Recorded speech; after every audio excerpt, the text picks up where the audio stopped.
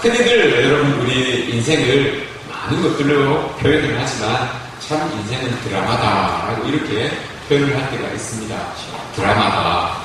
그래서 드라마라고 하면 어떤 의미를 가지고 있을까? 제가 한번 사전적으로 이렇게 찾아봤어요. 사전적인 의미를 찾아보니까 드라마 첫 번째 의미는 이런 의미를 가지고 있습니다.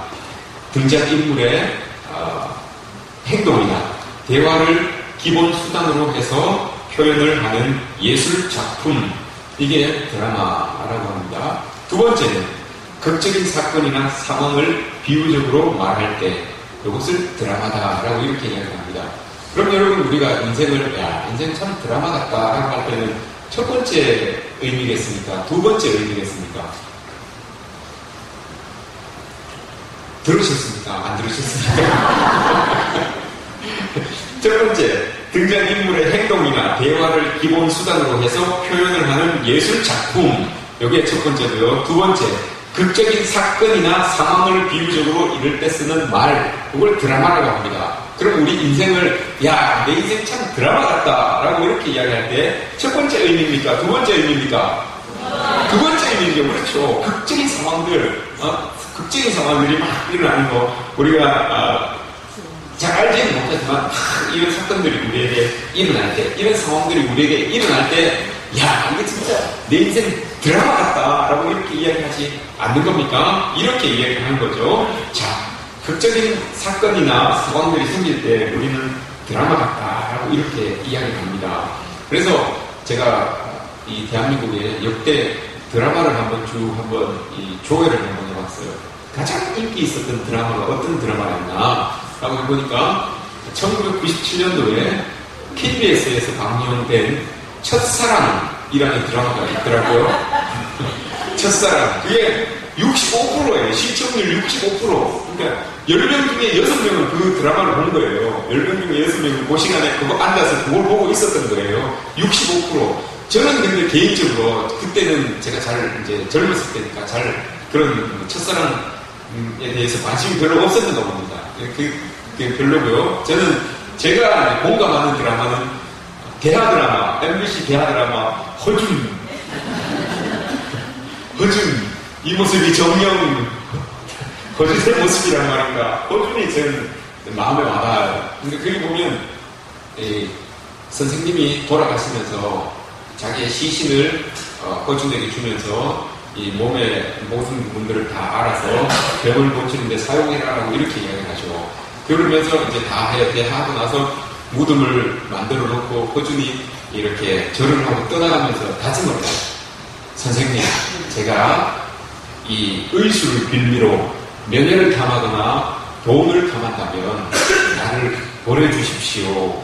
내가 이 의술을 가지고 이 침자루를 가지고 절대 명예를 탐하지 않겠습니다. 돈을 탐하지 않겠습니다. 라고 하면서 그 시신 앞에 기도를 하고 떠나가는 그런 모습을 봐요. 그게 저는 제일 명장면이라고 생각을 합니다.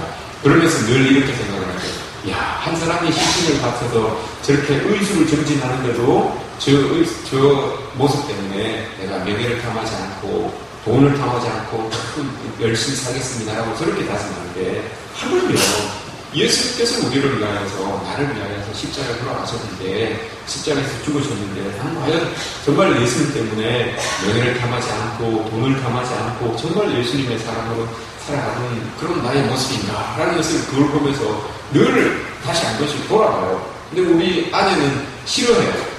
또 허준 본다고 또 허준 본다고 키로도 허준 본다 그래서 싫어해요. 근데 저는 그걸 보면서 제 마음을 다져요. 그런 모습을 보면서 제 마음을 다지는데 우리 아내는 이제 입으로는 안 싫어하겠죠. 이 마음을 이제 이해했으니까. 근데 드라마가 이런 겁니다. 여러분. 이건 앞으로도 65%, 호주는 64%더라고요. 보니까 65%는 이거는 도저히 이제는 깨질 수가 없어요. 그때는 인터넷도 활성화되지 않았기 때문에 다 TV 앞에만 있었는데 요즘은 인터넷도 있고 다른 매스미디어들이 많아서 이제 다른 데 눈 돌릴 그런 곳이 많아서 65%가 깨지기는 상당히 힘들 겁니다. 내 인생이 드라마다, 여러분 우리 인생이 드라마다 라고 할 때 그러면 얼마나 많은 여러분들의 삶 가운데서 극적인 상황들이 또 반전들이 있었던 그런 일들이 여러분 얼마나 많이 있습니까? 한번 여러분 생각해 보셨습니까? 내 인생을 드라마로 이렇게 봤을 때, 드라마라고 생각했을 때 얼마나 어떤 극적인 반전들이 있었는지, 어떤 그런 상황들이 나에게 있었는지 여러분 한번 이렇게 생각해 보시기 바랍니다. 이렇게 떠올리시면 참 그때 정말 힘들었는데, 그때 정말 어려웠는데, 그때 정말 내 눈물 짓게 했던 일들이 참 많았는데, 지금도 그 일을 생각하면 참 부끄러운 것들이 참 많았는데 라고 하는 그런 일들이 여러분 있을 겁니다. 그것들 때문에 살아오는 동안 참 힘들었다라고 이렇게 고백하시는 분들도 계실 겁니다. 근데 여러분 10편, 73편에 이런 말씀이 있습니다. 내가 어쩌면 이를 알까 하여 생각한즉 그것이 내게 심한 고통이 되었으니 하나님의 성소에 들어갈 때에야 그들의 종말을 내가 깨달았나이다. 이런 말이 있어요. 이 말이 어떤 말인가 하면 나에게 일어나는 일들이 왜 이런 일들이 일어날까? 왜 이렇게 아픈 일들이 나에게 일어날까? 내가 고민하고 생각해봐도 도저히 답을 못 얻는 거예요. 답을 못 얻어서 하나님 앞에 나아가서 기도했더니 그때야 내가 그 일이 왜 나에게서 일어났는지, 그 일이 왜 나에게 주는 의미가 무엇인지 그때야 내가 깨달았다라고 이렇게 이야기를 하는 겁니다. 오늘 그 말씀에 비추어 볼 때 내 인생에 의문이 났던 그 상황들, 그 사건들이 이제 그 의미를 내가 알게 되었다라고 하는 그 말씀입니다. 우리가 하나님을 몰랐을 때는 내 삶이 여러분 하나님께서 이끌어 가시는, 하나님께서 써 가시는 그런 드라마다라는 것을 우리가 모를 때는 그것이 우리에게 주어지는 일들이 매우 고통스럽습니다. 매우 어렵고 또 매우 부끄러울 수밖에 없습니다. 불행했던 사건들이라고 받아들일 수밖에 없습니다. 그러나 우리 삶이 하나님께서 써가시는 이게 하나님이 써가시는 시나리오구나, 한편의 드라마를 만들기 위해서 하나님께서 써가시는 그런 이 시나리오구나라는 것을 우리가 알게 될 때 우리 삶이 하나님께서 계획하시는 목표점을 향하여서 나아가는 것이라는 것을 우리가 확실히 알게 된 다음에는 우리의 삶을 보는 시각이, 우리에게 주어지는 그 상황들, 사건들을 대하는 시각이 달라지게, 바뀌게 되는 것을 보게 됩니다. 내가 살아온 모든 길은 하나님이 인도하심이라고 하는 것을 알게 되는 것입니다. 사건 하나하나가 이렇게 되면 우연히 일어나는 것이 아니고 정말 하나님의 계획 안에서 필연적으로 일어나는 의미 없는 사건이 하나도 없구나라는 것을 우리가 알게 되는 것입니다. 하나님께서 아브라함을 부르셨습니다. 잘 살고 있는 아브라함을 부르셔서 창세기 12장에서 너는 본토 친척 아비 집을 떠나서 내가 지시할 땅으로 가라! 라고 이렇게 명하십니다. 그렇게 해서 아브라함은 식솔들을 데리고 하나님께서 명하신 그 땅을 향하여서 나아갔습니다. 그 땅을 향하여서 나아가서 결국 가나안 땅에 도착을 했습니다. 도착을 해서 그 안에 들어가서 살아가고 있는 아브라함에게 하나님께서 두 가지의 약속을 주셨습니다. 첫 번째는 내가 이 가나안 모든 땅을 너에게 주겠다라고 하는 이 약속과, 두 번째는 90이 되어서 너에게 후손을 이을, 대를 이을, 유업을 이을 아들을 주겠다라고 하는 이 두 가지 약속을 하나님께서 주셨습니다. 아브라함은 그 약속을 믿고 전생을 걸고 하나님을 쫓아갑니다. 그런데 여러분, 의심이 생기기 시작했어요. 하나님께서 약속해 주신 그 약속에 대하여서 의심이 생기기 시작합니다. 하나님의 약속이 이루어져야 되는데 이루어지지 않으니까, 시간은 자꾸 지나가고 하니까 이게 불안해지는 겁니다. 근심이 생기기 시작하는 겁니다. 하나님의 약속이 이제 눈에 좀 드러나야 되는데 드러나지 않고 있으니까 이게 자꾸 불안해집니다. 그에 더하여서 점점 더 이 아브라함의 그 순례의 길이 고난에 빠지게 됩니다. 급기야 아브라함이 실수를 저지릅니다, 여러분. 가나안 땅의 흉년을 피해서 그가 하나님의 약속을 저버리고 애굽 땅으로 내려가게 됩니다. 굶어 죽건 말건 하나님께서 약속을 하셨으면 그 하나님의 약속을 붙들고 끝까지 한번 살아야 되겠다라고 이렇게 이 다짐을 가지고 가나안 땅에 있어야 했습니다. 그러나 아브라함은 애굽으로 내려가서 거짓말을 해가면서 비굴하게 음식을 여러분 얻어먹게 됩니다. 그런 아브라함에게 하나님은 그 약속 얻은 대가를 여러분 이렇게 물으십니다.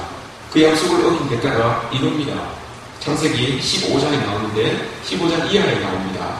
너의 후손들이 400년을 이 땅에 종로를 할 것이다. 그리고 너의 후대들은 4대를 지나야지만 이 땅으로 하나님 약속하신 그 땅으로 돌아오리라 라는 이런 약속을 하세요. 이런 말씀을 하십니다. 믿음의 약속을 끝까지 지켜내지 못하고 한 번에 그 믿음 없는 행동이 초래한 결과가 너무 크지 않습니까, 여러분? 400년 동안 종로를 해야 되고 나의 후대들이 4대 만에 그 하나님 약속한 땅으로 돌아올 수 있게 되는 그런 엄청난 일이 여러분 일어나게 됩니다. 하나님이 인도해 주심을 믿지 못한 결과가 이렇습니다, 여러분. 이거 잘 기억해야 됩니다. 우리 마음속에 깊이 새겨야 됩니다. 특별히 부모님 되시는 분들은 더 마음속에 새겨야 됩니다. 나의 믿음 없는 행동들, 나의 믿음 없이 행하는 그 일들이 우리 자손들에게 이어지게 되는, 우리 자손들에게 이 열매를 나타나게 되는 일들이 있다는 것을 여러분 우리가 기억해야 됩니다. 제 아무리 믿음의 조상이라고 해도 아브라함은 믿음의 조상이었습니다, 여러분. 얼마나 믿음이 좋았으면 믿음의 조상이다라고 이렇게 했겠습니까? 그런데 그 믿음의 조상도 여러분 자신을 송두리째 하나님 앞에 맡기는 것이 이렇게 어려웠습니다. 하나님을 믿지 못하게 하는 상황들이 생기기 때문에 하나님을 온전히 따르게 만드는 그런 딴주레지 못하게 만드는 상황들이 생기기 때문에 자꾸 실수를 하게 되는 겁니다. 한 번 실수하기가 쉬운 거죠. 또 실수가 또 일어납니다, 여러분. 한 번 믿음 없는 행동을 한 번 하게 되니까 그 행동들이 또 이어서 일어나게 됩니다. 또 다시 여러분 아브라함이 실수를 해요. 하나님께서 두 번째 약속에 넣으신 자식이 유업을 이을 자식을 주겠다라고 했는데 그 자식도 아직 이 아브라함의 눈앞에 나타나지 않았어요. 그러다 보니까 아브라함 마음속에 이 근심이 일어나기 시작하는 거죠. 이게 자꾸 점점 더 불안함으로 나타나게 되는 거예요. 그래서 자기가 취할 수 있는 방법을 행합니다. 자기가 행할 수 있는 방법을 행하여서 아내를 봤을 때는 아내를 통하여서 이제 이 자식을 얻을 수 없는 것을 알고는 자기가 판단하고는 그 아내의 요정을 통하여서 아들을 얻게 되는 것을 보게 됩니다. 근데 여러분 그 얻게 되는 그 결과물이 어떻게 됩니까? 그 아들이 이스마엘이잖아요. 이스마엘이 어떤 사람이 됩니까? 이 무슬림의 조상이에요. 지금도 어려움을 겪고 있잖아요. 이슬람의 조상이에요. 이슬람은 이 이스마엘 후손들이에요. 지금도 이 어려움을 겪고 있는 것을 보게 됩니다. 믿음 없는 행동이 여러분 또 다른 믿음 없는 행동들을 낳게 되는 것이고 이 믿음 없는 행동들의 결과물들이 계속해서 이어지고 있다는 것을 우리는 반드시 기억해야 됩니다. 왜 그렇습니까, 여러분? 갈라디아서 6장에서 바울이 고백한 것처럼 하나님께서는 심은 대로 거두게 하시는 분이기 때문에 그렇습니다. 심은 대로 거두게 하시기 때문에 믿음 없는 행동을 함으로 인하여서 그 믿음 없는 행동의 결과물들이 계속해서 이어지게 되는, 나타나게 되는 그런 일들이 있게 되는 거죠. 이것을 여러분 우리는 우리의 관계에서 나의 신앙의 자리에서 그것을 끊어낼 수 있는 그런 믿음을 우리가 가지고 있어야 되는 거예요. 우리의 부모님들이, 우리의 선배들이 이런 믿음을 가지고 있었다면, 이런 믿음 없는 행동들의 모습이 있었다면 우리의 자리에서 그것을 딱 끊어낼 수 있는 그런 우리의 모습을 가지고 있어야 되는 겁니다. 하나님의 약속, 하나님의 말씀을 따라서 사는 과정 속에 여러분 우리는 잘 지칩니다. 우리는 잘 넘어집니다. 그래서 우리는 나름대로 판단하고 또 점점 불안해지기 때문에 나름대로 하나님의 뜻을 해석합니다. 그리고 하나님의 뜻을 내 방식대로 이렇게 나타내려고 또 해결해 나아가려고 하는 그런 우리의 모습이 있습니다. 결국은 이렇게 되다 보면 우리의 믿음이 휘청거리게 되는 거죠. 오늘 우리가 찾아보았던 아브라함도 휘청거립니다. 자기의 방법대로 나름대로 해석을 하고 나름대로의 방법을 가지고 나름대로 판단해서 행하다 보니까 휘청거릴 수밖에 없어요. 그런 휘청거리는 아브라함을 보고 하나님께서 말씀하십니다. 창세기 17장에서 나는 전능한 하나님이라 내 앞에서 완전하라 이렇게 이야기합니다. 이게 여러분 어떤 뜻입니까? 지금 우리 말로 바꿔서 이야기하면 이렇습니다. 나는 너의 일생을 책임지고 지금 시나리오를 써가고 있는 드라마를 찍고 있는 감독이다. 그러니까 너는 나를 믿고 온전히 나에게 맡겨라. 나를 따라라. 이런 의미예요. 나는 완전한 하나님이다. 내 앞에서 네가 완전해라. 내가 너의 인생 일생을 잡고 드라마를 써가고 있는데 네가 언제나 나를 따라와라 라고 이렇게 하나님께서 말씀을 해주고 계시는 것입니다. 하나님을 믿는다고 하는 우리가 여러분 하나님을 따라 살다가도 자주 쓰러지게 되는 이유가 뭐겠습니까 여러분? 우리가 하나님을 잘 믿고 살아가면서도 때때로 쿡쿡 쓰러져요. 하나님을 믿는 사람들인데도 불구하고 여러분 자꾸 쓰러지고 넘어지고 주저앉을 때가 있어요. 왜 그렇습니까 여러분? 우리가 우리의 가는 길을 모르기 때문에 그런 겁니다. 그 길을 안다면 여러분 우리는 지치지 않아요. 그 길을 간다면 이 길의 끝이 뭔지를 안다면 우리는 지치지 않아요. 근데 그 길을 몰라요. 그 길이 불확실하기 때문에 그 길이 이게 자꾸 내 생각에 비추어 봤을 때 이게 불안불안하기 때문에 그 하나님을 따르는 그런 우리의 삶인데도 불구하고 자꾸 쓰러지고 넘어지는 경우들이 우리에게 있어지게 되는 겁니다. 상처가 여러분 왜 상처입니까? 상처가 우리가 신앙생활을 하면서 일어나는 일들에 대해서 상처를 받았다. 신앙생활을 하면서 우리가 그런 말들을 자주 합니다. 왜 상처가 상처입니까 여러분? 상처의 의미를 우리가 모르기 때문에 상처가 되는 거예요. 상처의 의미를 하나님께서 주시는 그 고난의 의미를, 고통스러움의 의미를 우리가 안다면 그건 우리에게 상처가 되지 않아요. 그런데 상처를 모르기 때문에, 상처의 의미를 모르기 때문에 우리가 그게 상처로 남아있는 겁니다. 미래를 모르기 때문에 현재의 그 고난의 의미를 모르는 겁니다. 미래가 어떻게 될지 모르기 때문에, 미래의 모습이 어떤지를 모르기 때문에 현재 일어나는 이런 일들이 우리에게 고난으로 다가오게 되는 거죠. 그런데 여러분 미래를 알고 목표를 알고 가는 길이라면 이건 쉽습니다. 내일 초등학교를 한번 생각해 보십시오. 내일 우리가 소풍을 가요. 내일 우리가 소풍을 가면 아무리 여러분 오늘 밤에 비가 와도 내일은 소풍 갑니다. 내일 소풍 가는 그런 아는 그런 마음이 있기 때문에 마음이 즐거워요. 기뻐요. 신나요. 오늘 아무리 비가 많이 와도 내일 소풍 간다는 걸 알고 있기 때문에 그런 거예요. 우리에게 여러분 우리 신앙생활을 하면서 아무리 비가 많이 내려도 아무리 어려움과 고통들이 와도 내일 우리의 삶이 여전히 하나님이 이끌어 주시는 삶이라는 것을 우리가 알고 있으면 여러분 그 비 맞으면서도 갈 수 있어요. 천둥이 쳐도 여러분 그 길을 걸어갈 수가 있어요. 근데 하나님께서 내일을 준비해 주셨는지 안 해주셨는지 이걸 모르기 때문에 여러분 오늘 밤이 두려운 것이고 오늘 밤이 걱정스러운 거예요. 근데 오늘 하나님께서 이 아브라함도 그랬던 거죠. 당장 눈앞에 보이는 것이 하나님의 약속과 너무 다르기 때문에 불안했던 것이고 그 불안함을 해소하기 위해서 자기가 할 수 있는 어떤 행동을 취했던 거예요. 근데 하나님은 그것을 원한 것이 아니고 그 상황 속에서도 하나님의 약속을 믿고 주께서 쓰시는 인생의 드라마라는 것을 알고 한 발짝 더 내딛어서 주님께로 나아가기를 원하였던 것, 이게 하나님이 원하셨던 모습이었습니다. 대부분 여러분 직업을 우리가 선택할 때 보면 그 직종의 전문가 수준이 될 때까지는 그 과정의 훈련의 과정이 참 어렵습니다. 저도 지금 목회를 하고 있지만 목회도 마찬가지입니다. 목회도 전문가, 무슨 목회의 전문가라고 할 수는 없지만 목회도 익숙하게 하기 위해서는 그 훈련의 과정들이 참 어렵습니다. 힘듭니다. 목회뿐만이 아닙니다. 다른 많은 직종들도 다 그렇죠. 여러분들이 가지고 있는 직종들도 다 마찬가지일 겁니다. 그 중에 하나를 꼽자면 아마 의료계 통해서 일하시는 분들이 참 그 훈련의 과정이 어려울 겁니다. 인턴을 지나야 되고 레지던트를 지나야 되고 하는데 인턴이나 레지던트는 여러분 일반 직장에서 일하는 사람들보다 처우가 더 못해요. 가운만 의사 가운을 입고 있지 아직까지는 의사라고 부르지도 않잖아요. 인턴이라고 하잖아요. 레지던트라고 하잖아요. 견습생이잖아요. 견습생. 거기에서 떨어질 수도 있는 거예요. 거기에서 적을 수도 있는 거예요. 신방을 이렇게 하다 보면 여러분 그런 병원에 신방을 갈 때도 있어요. 종합병원이나 뭐 큰 대학병원이나 이런 데 갔을 때도 있어요. 근데 거기를 가보면 제가 세브란스 병원에 신방을 한번 갔었는데 우리 성도들 말고 세브란스 병원에 갔었는데 병실에 올라가기 위해서는 엘리베이터를 타고 높이 올라가야 되는데 타고 올라가는데 이 인턴 2명이 이렇게 들어왔어요. 인턴 2명이 같이 엘리베이터에서 같이 타고 있었는데 가운을 입고 있는데 이 가운이 흰색인지 회색인지 얼마나 지저분한지 머리도 며칠을 못 감았는지 떡져서 기름이 막 잘잘 흐르더라고요. 참기름인지 막 기름이 잘잘 흐르더라고요. 냄새도 옷을 못 갈아입어서 며칠을 옷을 못 갈아입어서 냄새도 그렇게 나요. 인턴에서 월급이 인턴해서 얼마나 월급이 많겠습니까?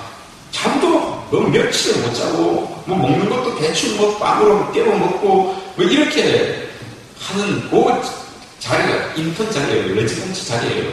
근데 여러분, 그 힘든 그 일을 왜 하겠습니까? 왜 계속 하겠습니까, 여러분? 왜 그 사람들 먹지도 못하면서, 잘 씻지도 못하고, 잘 입지도 못하면서, 냄새를 풀풀 풍기면서 그렇게 어려운 일들을 왜 계속 하겠습니까? 그 과정의 의미를 알기 때문에 계속 하는 겁니다, 여러분. 그 과정의 의미를 알기 때문에. 이 과정을 겪어야지만, 이 과정을 지나야지만 내가 의사로서 앞으로 어떤 일들을 하고, 어떤 자리에까지 내가 갈 수 있다는 것을 알고 있기 때문에, 그 과정에서 주어지는 의미를 알고 있기 때문에 견디고 넘어가는 겁니다. 농사도 여러분 마찬가지 아닙니까? 우리가 씨를 심고 기를 때 이 더운데 여러분 제가 이렇게 다니다 보면 우리 집사님들, 우리 권사님들, 장로님들 밖에서 열심히 일하십니다. 빛이 이렇게 뜨겁게 비치는데도 여러분 밭 메고 곡식에 물 주고 가서 순 따주고 열매 솎아주고 합니다. 무릎이 아프고 허리가 아픈데도 여러분 하세요. 그렇게 하세요. 왜 그렇게 합니까? 여러분 당장 때려치고 싶지. 있는 저금통에서 여러분 꽃감배 먹듯이 오늘은 뭐 사먹고 내일은 어디 놀러 가고 그 다음날은 누구랑 함께 뭐 즐겁게 지내고 할 수 있어요. 왜 안 하고 여러분 그 열매들을 가꾸면서 그 더운데 밭을 일구면서 하겠습니까? 그 과정의 의미를 알기 때문에 그래요. 나중에 내가 이렇게 하는 그 손길이 어떻게 나타나는지를 알기 때문에 그런 겁니다. 열매로 나타나기 때문에, 수확으로 나타나기 때문에, 결과물들로 나타난다는 것을 알기 때문에 그 어려운 것들을 해 나가실 거예요. 과정을 알기 때문에. 믿음도 여러분 마찬가지입니다. 믿음 속에서 우리에게서 일어나는 그 고난이라고 하는 일들, 어려움이라고 하는 일들, 그 과정의 의미를 우리가 안다면 그 고난을 충분히 우리는 받아들일 수 있어요. 하나님의 것으로 여러분 우리가 받아들일 수 있습니다. 근데 아브라함이 이런 실수를 했어요. 구약에 아브라함이 있었다면 신약에는 여러분 사도 바울이 있죠. 사도 바울, 오늘 우리가 읽은 사도 바울의 편지인데 사도 바울은 여러분 복음을 전하기 위하여서 하나님 앞에 선택이 된 자입니다. 복음을 전하기 위하여서. 그런데 오늘 본문 말씀을 보시면 복음을 전해야 되는 사명을 가지고 있는 사람이 복음을 전해야 되는 그 사명을 다하지 못하고 옥에 갇히게 됩니다. 오늘 본문은 로마 감옥에 갇힌 상황이에요. 그것도 2년 동안이나 로마 감옥에 갇혀있는 이 바울의 모습을 보게 됩니다. 이 당시의 상황으로 봤을 때는 이게 무슨 방송을 통해서 복음이 전해지는 것도 아니고 인터넷을 통해서 복음이 전해지는 것도 아니에요.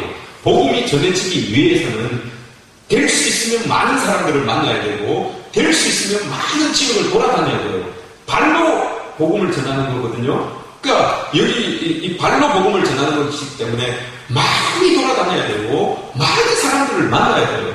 그러기 위해서 당시에 복음이 전거되기 위해서 두 가지가 있어야 되겠죠. 첫 번째, 몸이 자유로워야 되겠죠.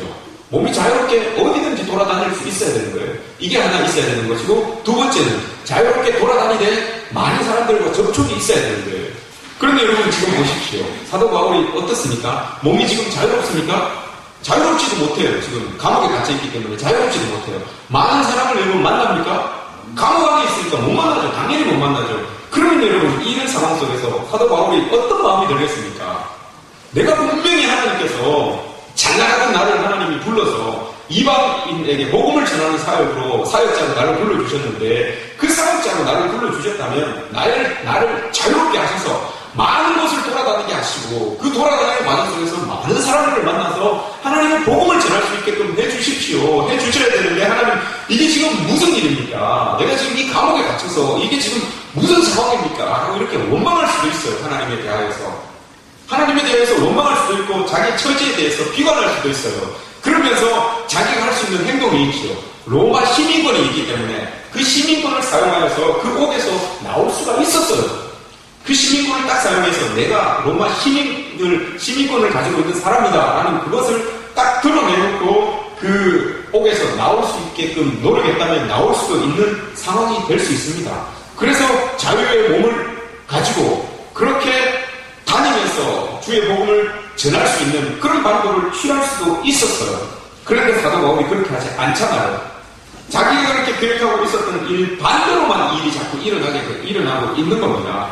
자유롭게 되기는커녕 지금 로마 감옥에 갇혀서 더 크고 더 침침한 더 창업한 감옥에 지금 사도 바울이 탁 갇혀 있어요. 그런데 여러분, 여기에서 하나님의 반전의 드라마가 쓰여지는 겁니다. 여기에서 하나님의 놀라운 반전의 드라마가 일어나요. 오늘 우리가 읽은 말씀 속에서 여러분 우리가 주의 깊게 주목해서 보아야 될 단어가 두 개가 있어요. 하나, 첫 번째는 13절 말씀에 시위대입니다. 시위대. 13절 말씀에 모든 시위대 안과 그 밖의 모든 사람에게 나타났으니 라고 하는 말씀 속에서 시위대입니다. 이 시위대는 어떤 의미를 가지고 있는가 하면 시위대는 플라토리온이라고 하는 단어예요. 근데 이건 시위대라고 하면 요 의미는 황제의 친위대라고 하는 의미예요. 황제의 친위대. 당시에 로마 황제는 네로였어요. 네로는 그 친위대를, 궁궐 안에 친위대를 10,000명을 데리고 있었습니다. 10,000명을 데리고 있었는데 그만큼 이 생명의 위협을 많이 느꼈기 때문에 뭐 자객이나 이런 사람들이 많이 이렇게 있었기 때문에 자기의 친위대를 10,000명을 그 궁전에 거느리고 있었어요. 그 궁전에 거느리고 있었는데 이 친위대에는 여러분 그만큼의 신분과 그만큼의 힘을 부여했어요. 신분을 보장해줬고 그 힘을 탁 가질 수 있게끔 그렇게 해줬어요. 근데 보십시오. 이 친위대로 근무하는 기간이 12년입니다. 12년. 어떻습니까? 여러분 한번 해보고 싶습니까? 12년 동안 황제의 친위대로 여러분 한번 근무 한번 해보고 싶습니까? 군대 다녀오신 분들은 2년도 길다고 그러는데, 그죠? 2년도 길다고 그러는데, 친위대는 12년입니다. 조건이 있어요, 여러분. 그런데 12년을 복무하고 나면 로마의 시민권을 탁 줍니다. 로마의 시민권을 받는다는 것은 어떤 의미를 가지고 있습니까? 이제 나의 신분이 상승한다. 내가 이제 상류층으로 올라간다라고 하는 그런 의미를 가지고 있어요. 그래서 이 친위대에 자원하는 사람들이 있었던 거예요. 12년을 근무하고 이제 전역을 하면 로마 시민권을 딱 받게 됩니다. 그리고 급여를 주죠. 그동안 동안에 12년 동안 했던 급여를 줍니다. 그 급여가 얼마큼 되는가 하면 그때 당시에 돈으로 금화 250파운드를 줍니다. 250파운드가 얼마큼 되겠습니까, 여러분? 금화 250파운드. 지금 이 단위로 치면 금 113kg입니다. 얼마나 되겠습니까? 금 113kg. 시가로 따지면, 이래저래 따지면 한 50억 정도 됩니다. 네, 어떻습니까? 이제 친위대 구미가 당깁니까? 12년 동안 여러분 한번 들어가셔서, 그럼 이렇게 되는 거예요. 이 친위대를 근무하고 나오면 우리나라에서 상위 몇 프로 이렇게 이야기를 하잖아요. 이 상위 사회 지도층 상위 3% 안에 드는 거예요. 그러니까 이 시위대를 전역하고 나면 이런 이 시위대들이 있었던 거예요. 그 시위대가 딱 이제 이 황제 옆에 이렇게 딱 있었던 겁니다. 자, 로마 황제가 힘을 가지고 여러분 끝까지 버틸 수 있었던 것은 그 당시에 그 상류사회층이 가지고 있었던 그 힘의 기반이 있었기 때문에 로마 황제가 끝까지 버틸 수가 있었던 거예요. 근데 그 시위대, 여러분 그 시위대가 지금 오늘 본문에 등장합니다. 두 번째 이 로마 황제가 힘을 가지고 이렇게 버티고 있었고, 또 바울이 갇혀 있었던 그 로마 감옥, 이 시위대들이 이제 많은 일들을 하는데 황제 보호하고 있지만 두 번째 하는 일이 이거예요. 오늘 본문 말씀에 나오는 거 두 번째 말씀이 그겁니다. 바울이 갇혀 있었던 그 로마 감옥, 다른 나라 감옥은 모르지만 로마 감옥에는 특별한 이 수갑이 있어요. 그 수갑을 할루시스라고 해요. 할루시스라고 하는 수갑이 있는데 그건 어떤 수갑인가 하면 죄수가 이 옥 안에 갇혀 있잖아요. 죄수가 옥 안에 갇혀 있고 그 죄수에게 이 수갑을 채웁니다. 그럼 그 한 손에 수갑을 채우고 그 반대편 수갑은 창살 밖으로 이렇게 빼냅니다. 그래서 시민에게 채워요. 그러니까 창살을 두고 한쪽은 안에 죄수에게 채우고 한쪽은 밖에 시위대에게 채웁니다. 그러니까 시위대는 그러니까 이 교대로 하는 거죠. 그러니까 3교대가 되든 4교대가 되든 오면 그 수갑을 바꿔 차는 거예요. 자기들이 바꿔 차는 거예요. 안에 바울은 그 수갑을 계속 차고 있는 거죠. 이렇게 되는 겁니다. 그럼 여러분 한번 보십시오. 죄수가 도망갈 길이 없어요. 일단은 수갑이 걸려야 되고요.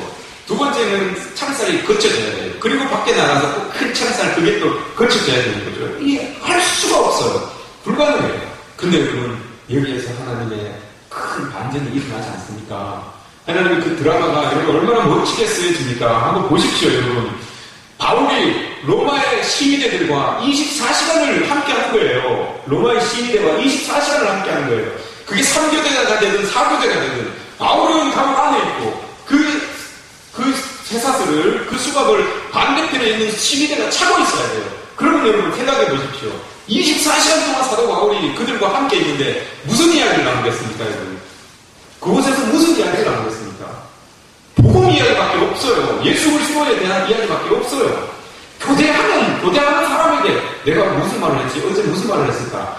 계속 그 이야기를 하는 거예요. 무려 2년 동안 여러분 시위대가 3교대 했다고 한번 생각해 보십시오. 몇 명이나 사도 바울과 이야기를 했겠습니까?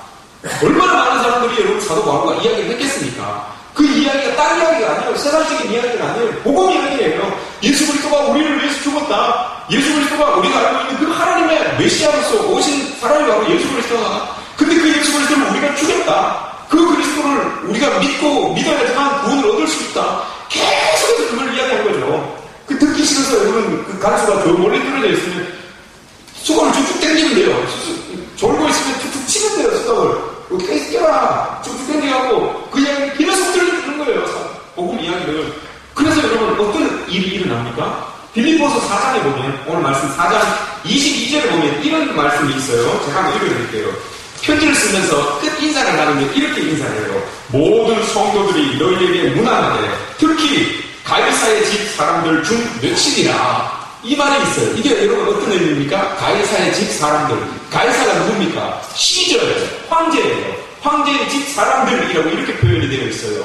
이 번역이 되어 있어요. 황제의 집 사람들이 여러분 하나님의 말씀을 믿게 된 거예요. 그 로마 감옥에서 계속 이야기를 하다 보니까 그 시위대 사람들이 전역하고 나서 어떻게 됐나고요? 상류사회로 올라가는 거예요. 상류사회로 올라가서 만나는 사람들, 상류사회청에 있었던 사람들끼리 그 바울이 믿었던 그 복음을 말했던 그 복음을 믿고 상류사회 사람들이 그 복음의 영향력을 알고 영향력 때문에 그리스도인으로 바뀌게 되는 그런 은혜가 있었던 거예요.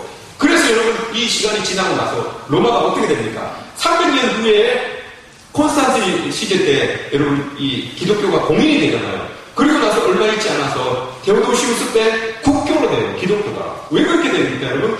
상류사회에 있었던 그 시위대를 그 시위대를 전역한 사람들이 상류사회로 올라갔었는데 그 감옥 안에서 바울의 이야기를 들었던 그 시위대들이 하나님을 믿고 복음을 받아들이고 예수 그리스도를 믿음으로 말미암아서 그 믿는 사람으로서 상류사회로 올라간 거예요.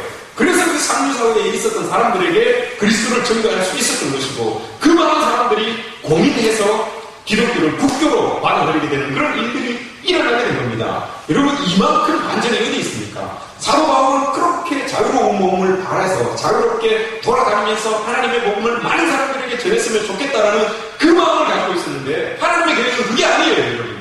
하나님은 더 빠른 방법을 사용하셨어요. 더 빠른 방법이 뭐였습니까 여러분? 딱 묶어놓으시고 바울을 딱 묶어놓으시고 사람들을 바꿔주시고요. 사람들을 바꿔주셔서 그 사람들을 믿게 하셔서 그 사람들이 영향력을 끼치는 그 자리에 가서 예수 그리스도를 증거해서 더 많은 사람들이 하나님을 알 수 있게끔 예수 그리스도를 알 수 있게끔 그렇게 사도 바울의 상황을 바꿔서 사용하시는 그 예수 그리스도 그 하나님의 모습을 우리가 보게 되죠. 이게 여러분 인생의 반전입니다.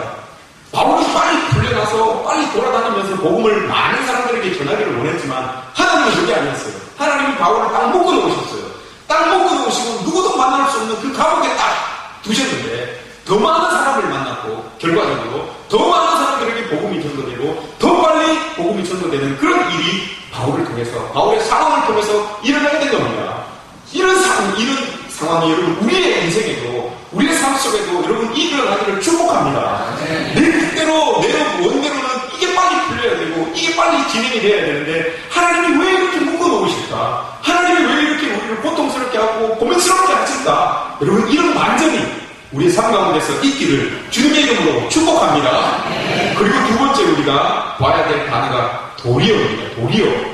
12절 말씀에서 형제들아 내가 당한 일이 도리어 복음 전파의 진전이 된 줄을 너희가 알기를 원하노라. 바울이 여러분 절망 가운데 있을 때에 감옥에 갇혔다는 소식을 듣고 많은 사람들이 절망했어요. 바울이 복음을 전해야 되는 사역을 감당해야 되는데 지금 감옥 안에 있으니까 얼마나 안타까운 일인가 라고 주변에 바울을 위해서 기도하는 그 교회들, 그 성도들이 여러분 너무너무 마음 아파했어요. 근데 바울이 편지를 쓰잖아요. 편지를 써서 보내는데 어떤 편지를 쓰는가 하면 오늘 말씀에서 형제들아 내가 참 이렇게 절망스러운 일을 당했는데 알고 보니까 이게 절망스러운 일이 아니고 도리어 하나님의 더 큰 일을 나타내는 더 좋은 방법이었더라 라고 하면서 위로하는 거예요. 여러분 지금 감옥 속에서 자유롭지 못한 그 바울이 여러분 지금 위로하고 있는 거예요. 자유로운 사람들을 향하여서 더 자유로운 사람들을 향하여서 더 형편이 나은 것처럼 보이는 사람들을 향하여서 감옥에 있는 바울이 위로하고 있는 거예요. 이게 여러분 믿음의 사람들의 모습 아니겠습니까? 그 상황을 깨달으니까 그 고통의 상황을 깨닫고 나니까 그 의미를 알고 나니까 이게 더 하나님의 큰 은혜구나 라는 것을 알고 그것을 사람들에게 다른 사람들에게 이렇게 증거하면서 위로하면서 살아갈 수 있는 이 바울의 모습 이게 여러분 멋진 모습 아니겠습니까? 이게 하나님이 쓰시는 인생의 반전입니다. 우리에게 여러분 이런 은혜가 있었으면 좋겠습니다. 제가 참 조심스럽습니다. 우리 교회 교우들 중에 참 병마로 고통하고 있는 분들이 참 많기 때문에 참 조심스럽습니다. 네가 안 당해보니까 그 고통을 몰라서 그런 말을 하겠지 라고 이렇게 말씀하실 수도 있어요. 제가 이 말씀을 준비하면서도 고민을 했어요. 이 말씀을 듣게 되는 환우들, 질고 속에 있는 우리 환우들은 어떤 마음이 들까라는 그런 마음이 참 있었어요. 그럼에도 불구하고 저는 믿음이 있기 때문에 우리는 하나님을 믿는 사람들이기 때문에 이 믿음이 있기 때문에 저는 담대하게 선포하는 겁니다. 그 고통의 과정 속에 있을지라도 어려움의 과정에 있을지라도 그 의미를 아신다면 하나님께서 나에게 주신 이 고통의 의미 이 과정이 주어지는 의미를 알게 된다면 바울처럼 고통 속에서도 자유로운 사람들을 향하여서 위로의 말을 할 수 있는 것처럼 고통 속에서도 우리 성도들을 향하여서 또 주변의 사람들을 향하여서 위로의 메시지를 증가할 수 있는 그런 담대한 믿음의 사람이 될 수 있다는 것을 저는 자신있게 믿음으로 선포합니다. 이 믿음을 받아들이시는 축복이 있기를 주님의 이름으로 간절히 부탁드립니다. 우리는 여러분 하나님을 믿습니다. 우리의 삶을 가장 좋은 시나리오를 가지고 감독하시는 그 하나님을 여러분 우리가 믿고 있습니다. 이 사실을 알고 여러분 우리가 얼마나 기뻐하고 있습니까? 내가 어려움 중에 있어도 반전을 이루기 위해서 하나님이 멋진 시나리오를 쓰고 계시는구나 이렇게 생각하고 이 믿음 가지고 여러분 기뻐하고 감사하고 살아가시는 그런 여러분들의 모습입니까? 이런 모습이 되기를 여러분 축복합니다. 반전의 드라마 이 반전이 계속 될 때 드라마가 재미있다 이렇게 이야기하는 거예요. 드라마를 보고 여러분 드라마라고 하는 이 명사에 뒤에 붙는 동사가 어떤 게 있습니까 여러분? 드라마 재미있다 이게 최고 아닙니까? 드라마 그럼 재미없더라 이러면 안 봐요. 시청률이 안 나와요. 드라마 재미있다라고 하니까 보는 거예요. 왜 재미있습니까 여러분? 반전이 일어나는 거예요. 저거 죽어야 되는데 안 죽고 계속 나쁜 짓 하는데도 계속 살아있고 근데 결국은 뒤집어지니까 그래서 드라마가 재미있는 겁니다. 우리 인생이 여러분 고달픈 것 같지만 힘든 것 같지만 반전이 있습니다. 하나님이 쓰시는 드라마이기 때문에 여러분 반전이 있습니다. 그 반전이 많을 때 우리 인생이 재미있는 것이고 그 재미있는 인생을 바라보면서 시청률이 높아지는 겁니다. 65%의 시청률을 깨기 어렵다고 하잖아요. 여러분 우리 하나님께서 나를 향하여서 쓰시는 그 반전의 드라마 이 반전의 드라마가 여러분들에게 일어나기를 축복합니다. 그리고 나서 그 다 쓰여진 드라마 여러분들의 인생의 드라마를 쫙 보고 시청률 100%가 되었으면 좋겠어요. 우리 어르신들 많이 계시지만 이 어르신들 계속 살고 싶지만 하나님 부르시면 또 가야 돼요. 부르시는 그때가 드라마의 종료입니다. 드라마의 종료입니다. 그래서 드라마의 종료를 딱 보고는 시청률이 몇 프로 나왔다 이렇게 평가를 하잖아요. 우리 어르신들 그런 평가를 받았으면 좋겠어요. 드라마를 딱 끝자락에 딱 보면서 눈물을 흘릴 수 있는 드라마 감동을 줄 수 있는 드라마 그 드라마를 보고 또 보고 또 보고 또 보고 이게 여러분 우리 어르신들의 인생, 우리 믿음의 우리 성도들의 그런 인생이 되었으면 좋겠습니다.